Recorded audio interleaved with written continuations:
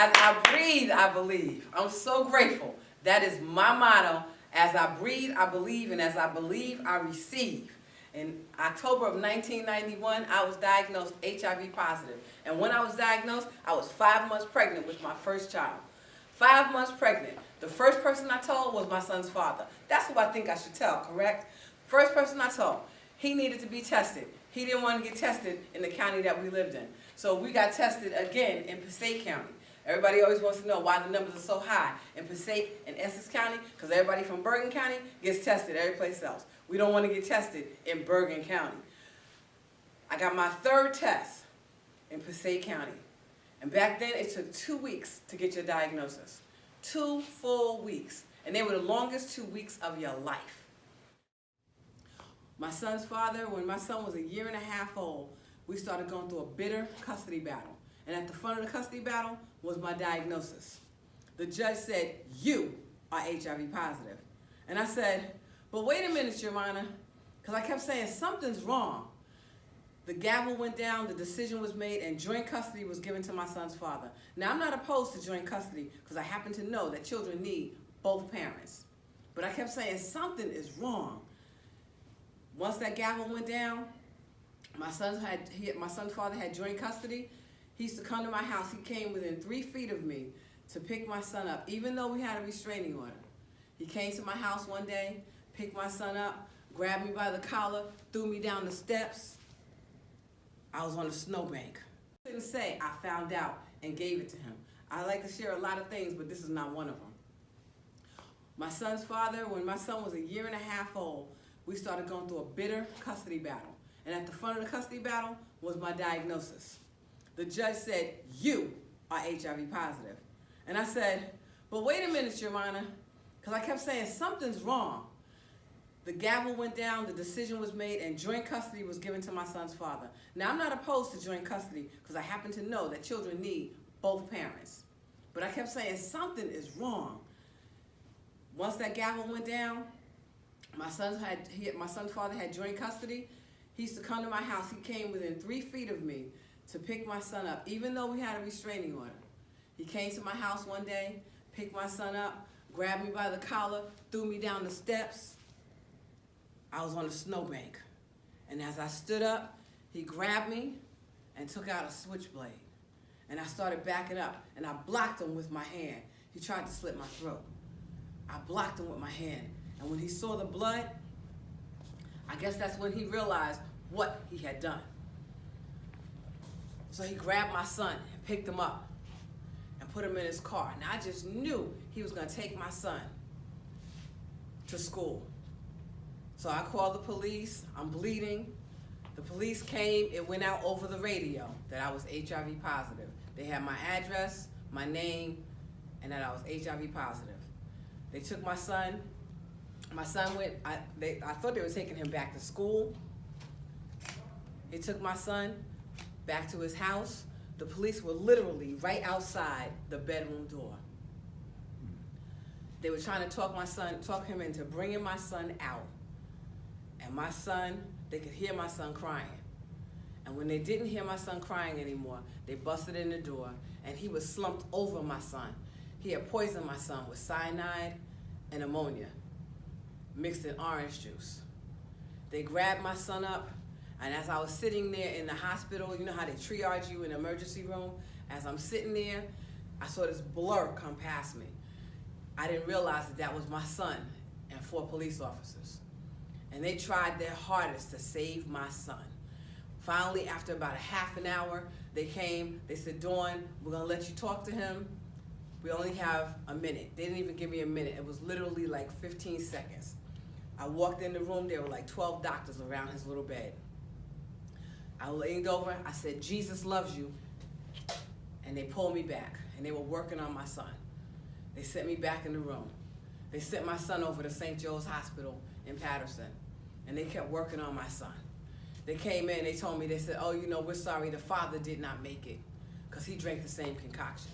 But they weren't trying to save him, they were trying to save my son. After 2.5 days, my son was on life support, and we had to get him, I had to take him off life support. The doctor came in. The doctor came in, she was doing a little test, and I'm sitting there and I'm praying all the way. Vaughn, just show me a sign. Just show me a sign. Please, just show me a sign. But there was no signs. I literally fell to the floor. 2 of my friends picked me up.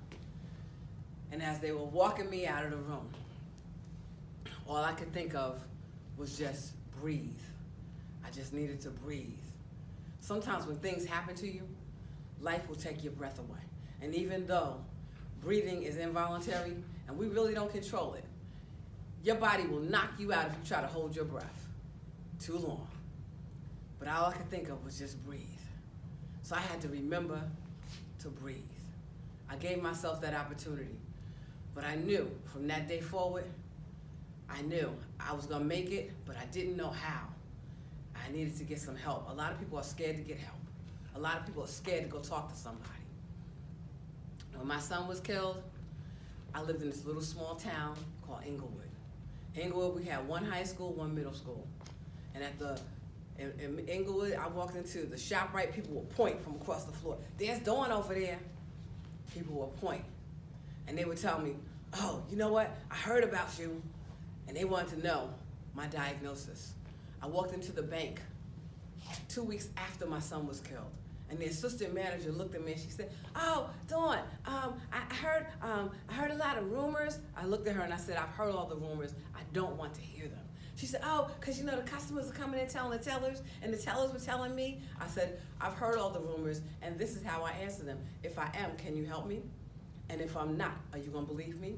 And she looked at me, she said, oh, because I just wanted to know for myself. And I said, let me tell you a truth. He held my son's neck so tight. She said, ah! She didn't want to know that. She wanted to know my diagnosis. Dissemination of information on a need-to-know basis. If I'm not sleeping with you, you don't need to know. I know she wanted to go stand on the monument in Inglewood and say, Dawn told me. I left the bank that day and I was going into the George Washington Bridge. And as I'm crossing the bridge, the tears came down my face because it hurt. This is my firstborn son. The one that I waited until I was 31 to have. My firstborn child. And as those tears hit the bottom of my cheek, it took me back to a tape that I had heard years before, had nothing to do with HIV, and said, hold your head up. You have nothing to be ashamed of. And from that moment on, I decided that I was not gonna let my past dictate my future. I decided I wanted to get back at some people. Anybody ever want to get some revenge? I always say, the best revenge is massive success. Most of the time, the churches didn't even invite me in to speak. But my opportunity came 3 years later. I was invited to a church to speak. And I stood in front of the congregation and I said, for those of you who have the question, yes, I was diagnosed HIV positive.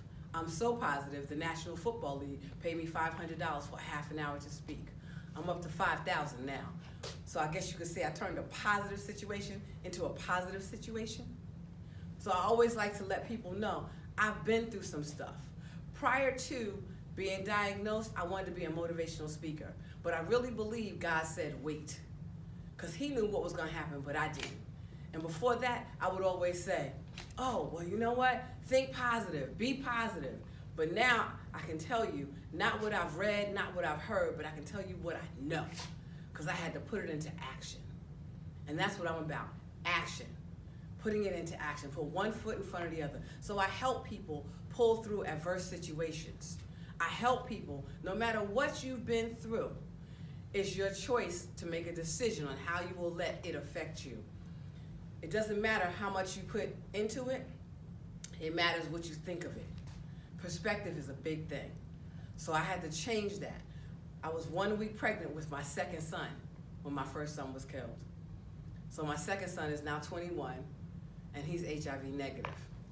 So I always say, I'm very grateful because as I breathe, I believe. Come see me, come talk to me. That's why now I'm doing life coaching, helping people to put one foot in front of the other, working their dreams out. Come see me, come talk to me. Thank you.